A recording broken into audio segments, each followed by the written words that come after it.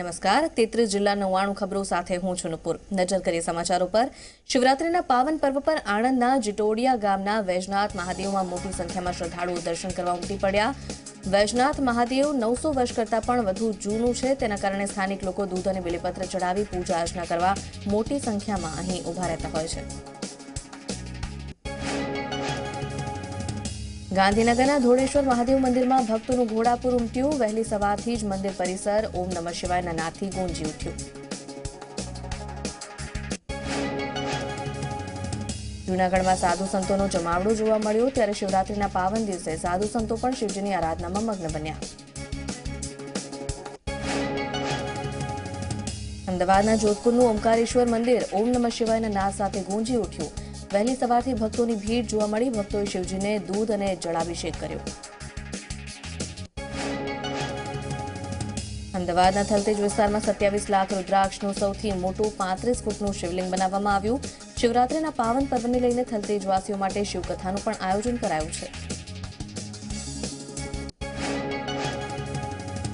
સુરતમાં પણ શિવરાત્રીના પાવન પર્વને લઈને શિવ મંદિરોમાં ભક્તોની ભારે ભીડ। કંટારીશ્વર મંદિરમાં શિવ ભગવાનની વિશેષ પૂજાનું આયોજન કરાયું। સુરતના પાલ સ્થિત અટલ આશ્રમમાં પણ શિવરાત્રીનો માહોલ જામ્યો છે। અટલ આશ્રમમાં મોટી સંખ્યામાં ભક્તોનો મેળાવડો જામ્યો છે। શિવ મંદિર ઓમ નમઃ શિવાયના નાદથી ગુંજી ઉઠ્યા છે। મહાશિવરાત્રીના પર્વને લઈને વડોદરાના શિવ મંદિરોમાં પણ વહેલી સવારથી જ ભક્તોએ ભીડ લગાવી છે। તો શહેરના લાલબાગ વિસ્તારમાં ગાયકવાડ સમયના પૌરાણિક કાશી વિશ્વનાથ મંદિરમાં ભગવાનના દર્શન કરવા માટે ભક્તો પહોંચ્યા હતા।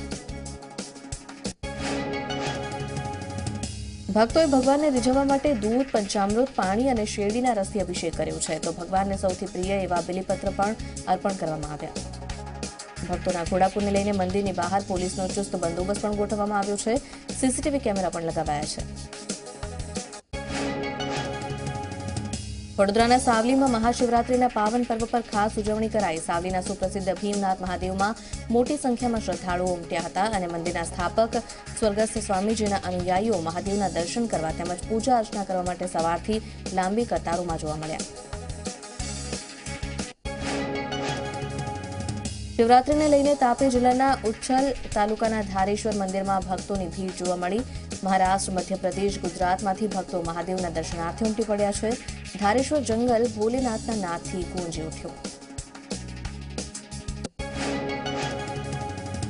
દેવભૂમિ દ્વારકા નજીક શિવજીના નાગેશ્વર મહાદેવમાં શિવરાત્રીને લઈને મોટી સંખ્યામાં ભક્તો ઉમટી પડ્યા। કહેવાય છે કે શિવજીના 12 જ્યોતિર્લિંગમાંથી એક જ્યોતિર્લિંગ આ નાગેશ્વર મહાદેવમાં છે। લોકમાન્યતા મુજબ પુરાતન કાળમાં દારૂક નામનો અસુર અહીં રહેતો હતો, જેને લઈને નાગેશ્વર મહાદેવને દારૂકાવન તરીકે પણ ઓળખવામાં આવે છે।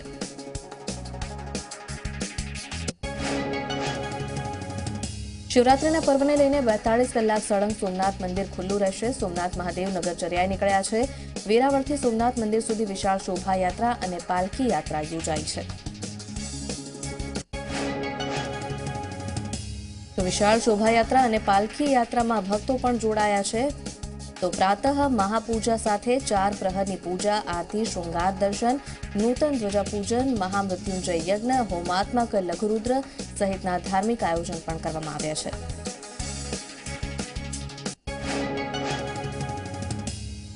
સોમનાથ આવતા ભાવિકો માટે પરિસરની આસપાસ 12 જ્યોતિર્લિંગ દર્શન પ્રદક્ષિણા સેલ્ફી પોઈન્ટ વિશેષ આકર્ષણનું કેન્દ્ર બની રહેશે। હાલ મંદિરની સુરક્ષામાં વધારો કરી ચુસ્ત બંદોબસ્ત ગોઠવવામાં આવ્યો છે। તો સોમવાર અને મહાશિવરાત્રીના પર્વનો સંયોગ છે, જેને લઈને ભક્તોનું ઘોડાપુર સોમનાથ મંદિરમાં ઉમટી રહ્યું છે। વહેલી સવારે મંગળા આરતી કરવામાં આવી, જેમાં ભક્તોનું ઘોડાપુર જોવા મળ્યું। તો મહાશિવરાત્રીને લઈને પ્રથમ જ્યોતિર્લિંગ સોમનાથમાં વિશેષ તૈયારીઓ પણ કરવામાં આવી હતી। મંદિરમાં જુદા જુદા રંગની લાઇટથી રોશની કરવામાં આવી છે, જેના દ્રશ્યો બિલકુલ આહલાદક લાગી રહ્યા છે। મોડી રાત સુધી જુદા જુદા પ્રકારની પૂજા અર્ચના કરવામાં આવશે। સાંજે 4 વાગ્યાથી 8 વાગ્યા સુધી મહાદેવને વિશેષ શણગાર કરવામાં આવશે। દીપમાળાનું પણ આયોજન કરવામાં આવ્યું છે અને 7 વાગ્યે મહાઆરતી થશે। આ ઉપરાંત રાત્રિએ પણ જુદા જુદા 4 પ્રહરની પૂજા આરતી કરવામાં આવશે। તો શિવરાત્રીની પૂર્વ સંધ્યાએ મોટી સંખ્યામાં શ્રદ્ધાળુઓ મહાદેવના દર્શન કરવા માટે ઉમટી પડ્યા હતા અને સંધ્યા આરતીનો લાભ લીધો। શિવરાત્રીની પૂર્વ સંધ્યાએ સોમનાથ મંદિરની આરતીમાં મોટી સંખ્યામાં ભક્તજનો ઉમટી પડ્યા અને મહાદેવની આરતીના દર્શનનો લાભો લીધો. મહાશિવરાત્રીના દિવસે ભગવાન શિવની પૂજા કરવામાં આવે છે, પરંતુ નર્મદાના સાગબારા તાલુકામાં આવેલ દેવમોગરામાં શક્તિની પૂજા થાય છે. પાંડોરી માતાના મેળામાં ગુજરાત સહિત અન્ય રાજ્યોમાંથી પણ લાખો આદિવાસી શ્રદ્ધાળુઓ આવે છે અને પોતાની માનતા પૂરી કરે છે. પાંડોરી માતાનો 4 દિવસનો મેળો અહીં ભરાય છે, જેમાં ગુજરાત, મહારાષ્ટ્ર, મધ્યપ્રદેશ અને રાજસ્થાનથી આદિવાસી શ્રદ્ધાળુઓ આવતા હોય છે. માતાની ઉત્પત્તિ શિવરાત્રીના દિવસે થઈ હોવાની માન્યતા છે. ત્યારે 4 દિવસ દરમિયાન આદિવાસીઓ વાંસમાંથી બનાવેલ ટોપલીમાં નૈવેદ્ય સ્વરૂપે નવા ધાન અને જે માનતા માની હોય તે વસ્તુ લઈને આવે છે. પ્રધાનમંત્રી મોદી જામનગર એરપોર્ટ પર આવી પહોંચ્યા હતા, જ્યાં તેમનું સ્વાગત કરવામાં આવ્યું.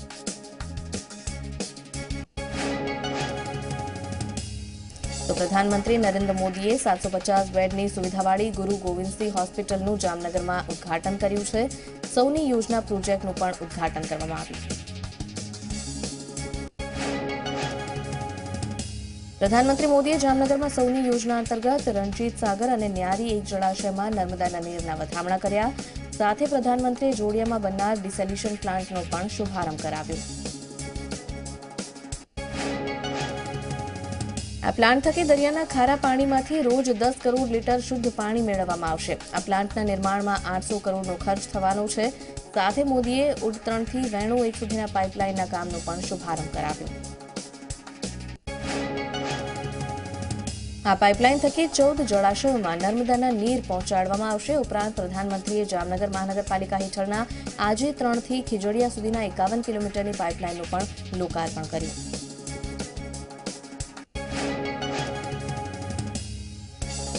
જામનગરમાં પ્રધાનમંત્રીએ સંબોધન કરતા જણાવ્યું કે 40 વર્ષ પહેલા સરદાર સરોવરનું કામ કર્યું હોત તો પણ પાણીનો પ્રશ્ન ન થાત. અમે ગુજરાતને પાણીદાર બનાવ્યું છે. પ્રધાનમંત્રી નરેન્દ્ર મોદીએ પોતાના સંબોધનમાં જણાવ્યું કે જવાનો જે કાર્ય કરે છે તેમાં શંકા ન કરવાની હોય. એર સ્ટ્રાઇક કરીને પણ કેટલાક લોકોના પેટમાં દુખે છે. અમદાવાદમાં પ્રથમ તબક્કાની મેટ્રો ટ્રેનનું પ્રધાનમંત્રી મોદી સાંજે 4:30 કલાકે લોકાર્પણ કરશે. વસ્ત્રાલ ગામથી એપરલ પાર્કના 6.5 કિલોમીટરના રૂટનું લોકાર્પણ કરશે. આ દરમિયાન પ્રધાનમંત્રી મોદી ટ્રેનમાં મુસાફરી પણ કરશે. કાર્યક્રમને લઈને હાલ તો પોલીસે ચુસ્ત પોલીસ બંદોબસ્ત ગોઠવી દીધો છે, જ્યારે સામાન્ય જનતા માટે 6મી માર્ચથી મેટ્રોની સેવા શરૂ કરવામાં આવશે. પ્રધાનમંત્રી મોદીના 2 દિવસના અમદાવાદના પ્રવાસને લઈને તૈયારીઓને અંતિમ ઓપ આપવામાં આવ્યો છે. પ્રધાનમંત્રી મોદી અમદાવાદમાં સિવિલ કેમ્પસ, વિશ્વોમિયાધામ, અડાલજ, વસ્ત્રાલ સહિતના કાર્યક્રમમાં હાજરી આપવાના છે. તેને લઈને પોલીસે ખાસ એક્શન પ્લાન બનાવ્યું છે. ગુજરાતની તમામ સુરક્ષા એજન્સીઓ સાથે એટીએસને સ્ટેન્ડ બાય રાખવામાં આવી છે. Ahmedabad crime branch, SOG, cyber crime પણ સક્રિય થઈ છે. તો એરપોર્ટ, સિવિલ, વિશ્વોમિયાધામ, અડાલજ અને વસ્ત્રાલ સહિતના સ્થળો પર પોલીસનું ગ્રાઉન્ડ રિહર્સલ કરવામાં આવ્યું.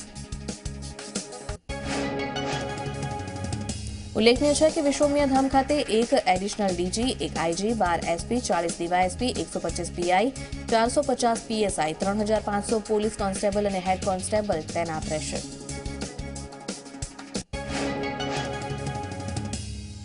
તો મોદીના ગુજરાત પ્રવાસને લઈને રાજ્યની પોલીસ સ્ટેન્ડ બાય છે. ત્યારે પ્રધાનમંત્રીના કાર્યક્રમ સ્થળે પોલીસનું ગ્રાઉન્ડ રિહર્સલ યોજાયું.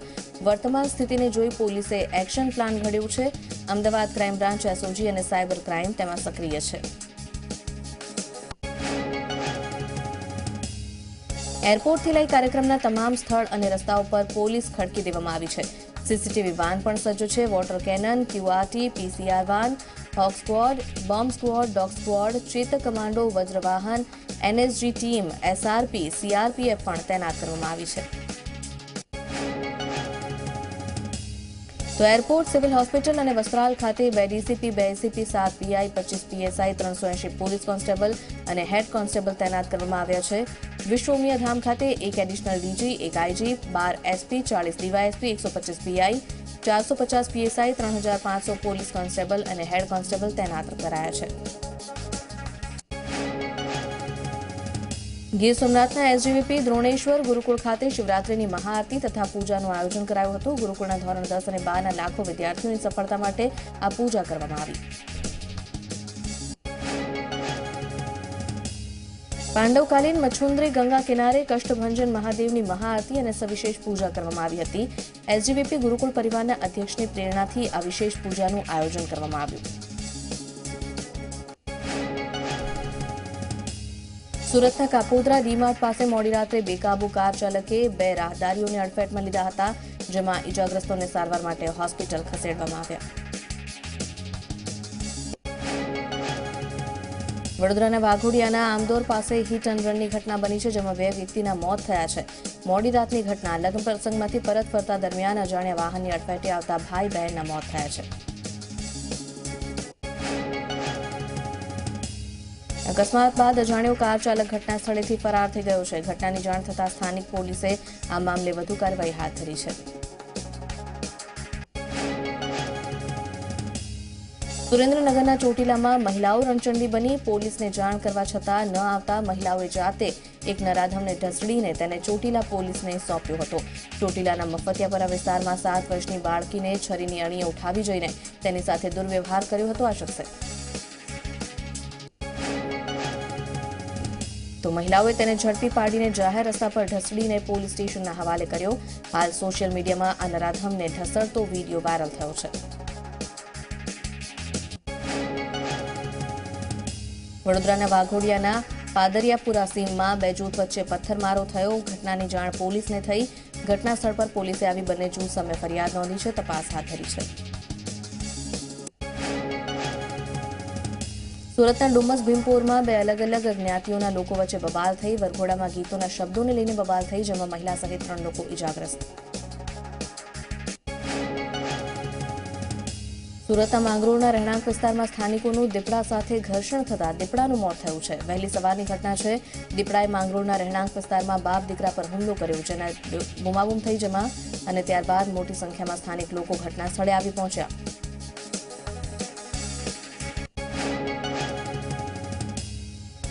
આ ઘર્ષણ બાદ દીપડાનું મોત નીપજ્યું છે. સ્થાનિક લોકોના જણાવ્યા અનુસાર દીપડો અગાઉ પણ આ વિસ્તારમાં આવ્યો હતો અને માંગરોળ વન વિભાગને જાણ થતાં અધિકારીઓ ઘટના સ્થળે આવી પહોંચ્યા હતા. દીપડાના મૃતદેહને પીએમ અર્થે ખસેડાયો છે.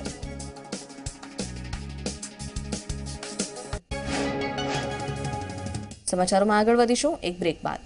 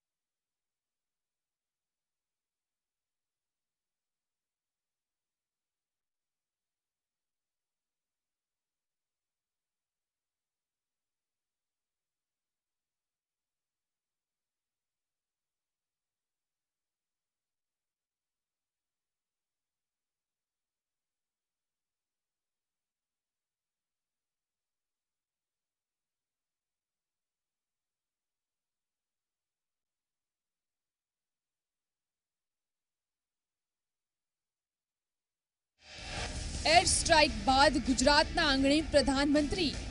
જામનગર અમદાવાદમાં વિકાસ કાર્યોનું લોકાર્પણ. 2 દિવસ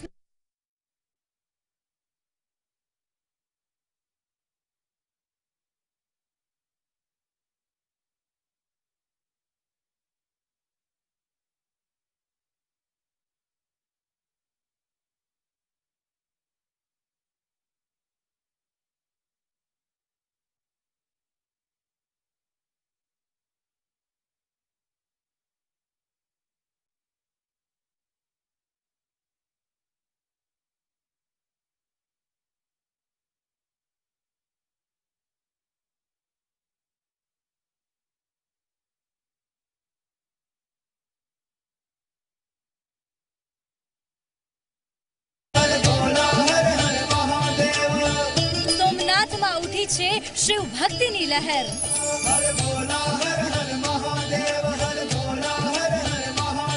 પ્રથમ જ્યોતિર્લિંગના કરો સર્વપ્રથમ દર્શન.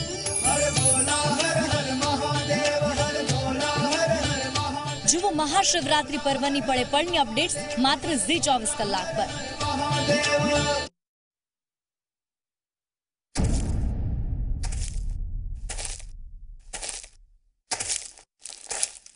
ચૂંટણી આવી ગઈ છો મારો બાપુલિયો, વોટ આપવાના છો ને? આપજો પાછા.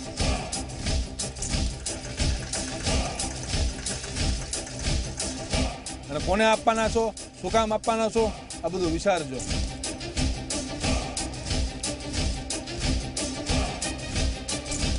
આ બધું હું પૂછવા આવું છું તમને વોટ યાત્રા લઈને.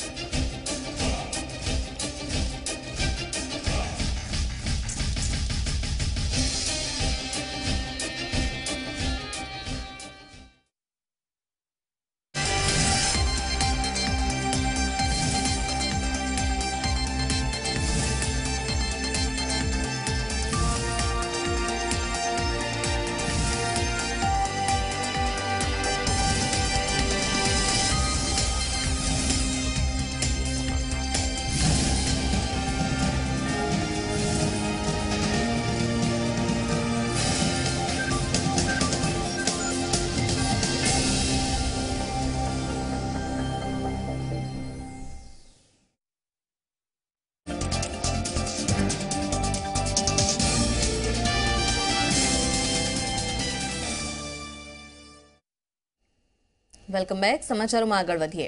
એર સ્ટ્રાઇકને લઈને વિરોધીઓને પ્રધાનમંત્રી નરેન્દ્ર મોદીએ વળતો જવાબ આપ્યો છે, જેમાં તેમણે કહ્યું કે દેશવાસીઓને દેશની સેના પર ભરોસો છે, જે વિરોધીઓને ખૂંચે છે. અને જો એર સ્ટ્રાઇક સમયે વાયુસેના પાસે રાફેલ હોત તો પરિણામ કંઈક અલગ જ હોત અને આપણું એકે વિમાન તૂટી પડત નહીં, પાકિસ્તાનનું એકે વિમાન બચત નહીં. આ સિવાય તેમણે આતંકના આકાઓને ખુલ્લો પડકાર પણ ફેંક્યો.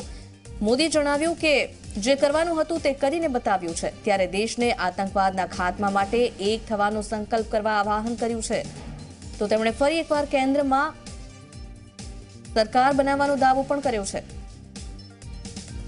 અને તમને બધાને ખબર છે મને નાનું તો ફાવતું નથી. કંઈ પણ કરવાનું મોટું જ કરવાનું. થયું કે ના થયું? હમણાં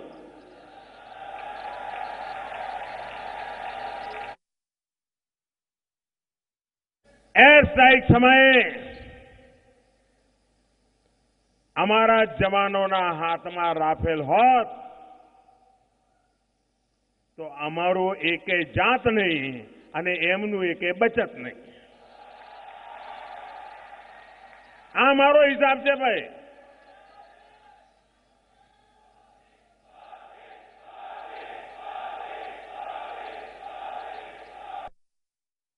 અને અમારો સંકલ્પ છે આ દેશને તબાહ કરનારા કોઈ પણ લોકો હશે, એમના આકાઓ પેલે પાર બેઠા હશે તો પણ આ દેશ જપીને નહીં બેસે.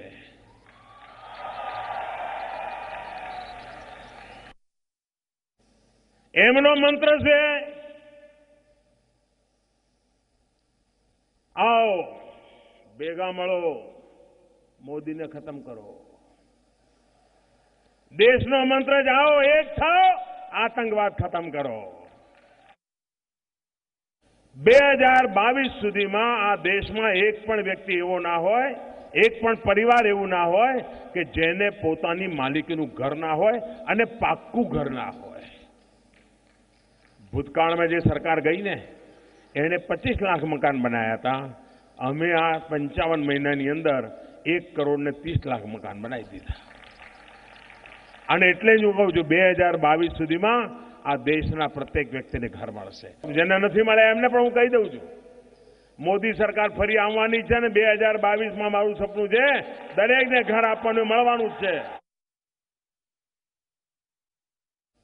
તમને આપણા દેશની સેના જે કે એમાં ભરોસો છે કે નથી? સેના જે કહે સાચું માનવાનું હોય કે ના માનવાનું હોય? મારે પણ માનવાનું હોય કે ના માનવાનું હોય? પણ કેટલાક લોકોને પેટમાં દુખે છે. હવે એમાં એમના માથા વચકા પડે છે. ભાઈઓ બહેનો, આ દેશને ગર્વ થવું જોઈએ કે અમારી સેના તાકાત બતાવે છે સાહેબ. આ તરફ નવજોતસિંહ સિદ્ધુએ ફરી એકવાર વિવાદિત નિવેદન આપ્યું છે. ફરી સૈન્ય વિરોધી નિવેદન તેમનું સામે આવ્યું છે. ટ્વીટ કરી છે તેમણે અને મોદીએ એર સ્ટ્રાઇક સામે સવાલ ઉઠાવ્યા છે. મોદીએ જે એર સ્ટ્રાઇક કરી તેની સામે 300 આતંકવાદીઓ મર્યા છે કે નહીં, સિદ્ધુએ આ સવાલ કર્યો છે.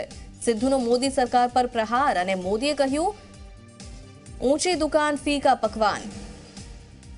તો મહત્વનું છે એર સ્ટ્રાઇકને લઈને હવે નવજોતસિંહ સિદ્ધુએ જે નિવેદન આપ્યું છે સેના વિરોધી પણ કહી શકાય એવું એક નિવેદન જે ટ્વીટ મારફતે તેમણે મૂક્યું છે અને 300 આતંકીઓ મરવાનો જે દાવો છે તે કેટલો સાચો એવો એક સવાલ કર્યો છે.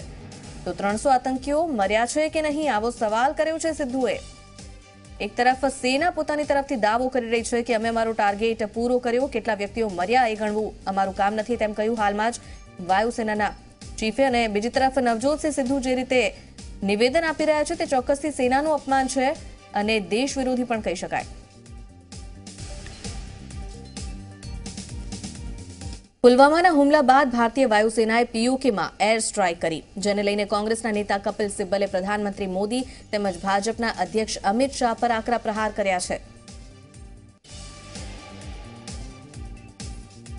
તો એક બાદ એક તમામ જે વિરોધ પક્ષો છે તે ક્યાંક ને ક્યાંક મોદી સરકારને ઘેરવાનો પ્રયત્ન કરી રહ્યા છે, પરંતુ એર સ્ટ્રાઇક જે દેશહિતમાં થઈ છે ત્યારે આને લઈને જ્યારે કોઈ પણ નિવેદન આપવામાં આવે છે ત્યારે દેશ વિરોધી પણ આ નિવેદન બની જતું હોય છે.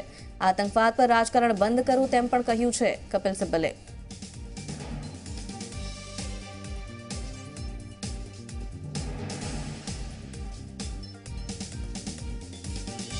प्रधानमंत्री जी टेरर पे, आतंक पे राजनीति कौन कर रहा है? आतंक पे राजनीति आप कर रहे हो और इस पे दोषी आप हो. आपको आतंक पे राजनीति नहीं करनी चाहिए. जब अभिनंदन जी वापस आते हैं तो श्रेय उसका आप लेते हैं, और जब आपका इतना भारी इंटेलिजेंस फेलियर हुआ जिसकी वजह से 40 हमारे सीआरपीएफ के जवान शहीद हुए, तो उसका जिम्मेदार कौन है? उसके जिम्मेदार भी तो आपकी सरकार है. तो आप वो भी खुलेआम जाकर मानिए. आप ये आतंक पे राजनीति करना बंद कीजिए. तो पहले तो अमित शाह जी बताइए कि ये जानकारी उनको कहां से मिली? ये जो जानकारी है अमित शाह को कहां से मिली? क्योंकि अमित शाह तो बीजेपी के अध्यक्ष हैं, वो तो सरकार में मंत्री नहीं है ना. वो जानकारी पा सकते हैं जब तक उनको सरकार जानकारी न दे. तो अगर सरकार ने उनको जानकारी दी है तो वो जानकारी विपक्ष के नेताओं को भी देनी चाहिए. તો એર સ્ટ્રાઇક પર સવાલો વચ્ચે એર ચીફ માર્શલનું મોટું નિવેદન પણ સામે આવ્યું છે. આતંકીઓના શબ ગણવાનું અમારું કામ નથી આવું નિવેદન તેમણે આપ્યું છે. અમારું કામ ટાર્ગેટને હિટ કરવાનું છે, ટાર્ગેટ પર રહેલા આતંકવાદીઓને ઉડાવવાનું છે. એરફોર્સનું કામ મળેલા ટાર્ગેટને હિટ કરવાનું છે. જો અમે વૃક્ષ પર જ બોમ્બ ફેંક્યા હોત તો પાકિસ્તાને જવાબી કાર્યવાહી કેમ કરવી પડે? તો એક મોટું નિવેદન તેમણે આ રીતે આપ્યું છે અને જે ટાર્ગેટ તેમણે હતો હિટ કરવાનો તે સિદ્ધ કરી બતાવ્યું છે તેમ પણ કહ્યું. The target has been clearly amplified by the Foreign Secretary in his statement. Yeah. And of course, if he planned to hit the target, we hit the target. Otherwise, why would he have responded? ANI, please. If he had dropped bombs in the jungle, there's no need for him to respond. Air Force is not in a position to clarify that how many people were inside at that way. We don't count human casualties. We count what targets have we hit or not hit. MiG-21 Bison is capable. It has been upgraded. It is not the old MiG-21 BIS. It's got a better weapon system. It's got better radars, better air-to-air missiles, radar warning receivers, shaft flares, whatever it takes to make it, from 3rd generation to 3.5 generation or so. So it is an upgraded aircraft, and we fight with all the aircraft in our inventory. અને હવે 33 જિલ્લા 99 ખબરોમાં આગળ વધીએ. તાપી જિલ્લામાં અચાનક વાતાવરણમાં પલટો જોવા મળ્યો છે. સમગ્ર વિસ્તારમાં વાદળછાયેલું વાતાવરણ છે. તેને લઈને ખેતીના પાકની ખેડૂતોને નુકસાનની ચિંતા છે. સાપુતારામાં પણ વહેલી સવારે ગાઢ ધુમ્મસ જોવા મળ્યું છે। વાદળો જાણે કે ઊંચા પહાડો પર આવી ગયા હોય તેવા દ્રશ્યો મોબાઈલમાં કેદ કરવામાં આવ્યા। ધુમ્મસના કારણે ઠંડીમાં પણ નોંધપાત્ર વધારો। નર્મદા સરદાર સરોવર ડેમની સપાટીમાં ઘટાડો થયો છે। ડેમ સપાટીમાં 2 દિવસમાં 8 સેન્ટીમીટરનો ઘટાડો થયો છે। ઉપરવાસમાંથી 13,526 ક્યુસેક પાણીની આવક થઈ રહી છે। સૌરાષ્ટ્રમાં સ્વાઇન ફ્લૂએ હાહાકાર મચાવ્યો છે। રાજકોટમાં સ્વાઇન ફ્લૂના કારણે વધુ 2 લોકોના મોત થયા છે। અત્યાર સુધીમાં સ્વાઇન ફ્લૂના કારણે 68 લોકોના મોત। આજ દશા રાજ્યભરમાં પણ છે। સ્વાઇન ફ્લૂનો કહેર છે। વધુ 4 લોકોના સમગ્ર રાજ્યમાં મોત, ત્યારે સ્વાઇન ફ્લૂથી અત્યાર સુધી 105ના મોત થયા છે અને સ્વાઇન ફ્લૂના વધુ નવા 90 કેસ નોંધાયા છે। અમદાવાદમાં 16 કેસ નોંધાયા છે। સાબરકાંઠામાં 10 કેસ નવા નોંધાયા। રાજકોટ સહિત સમગ્ર સૌરાષ્ટ્રમાં સ્વાઇન ફ્લૂનો જે રીતનો કહેર છે તેમાં વધુ 3 દર્દીઓના મોતના સમાચાર છે અને વધુ 13 પોઝિટિવ કેસ પણ નોંધાયા છે। એટલે 62 દિવસમાં સ્વાઇન ફ્લૂના 303 પોઝિટિવ કેસ નોંધાયા છે અને 62 દિવસમાં સ્વાઇન ફ્લૂથી 66 લોકોના મોત થયા છે।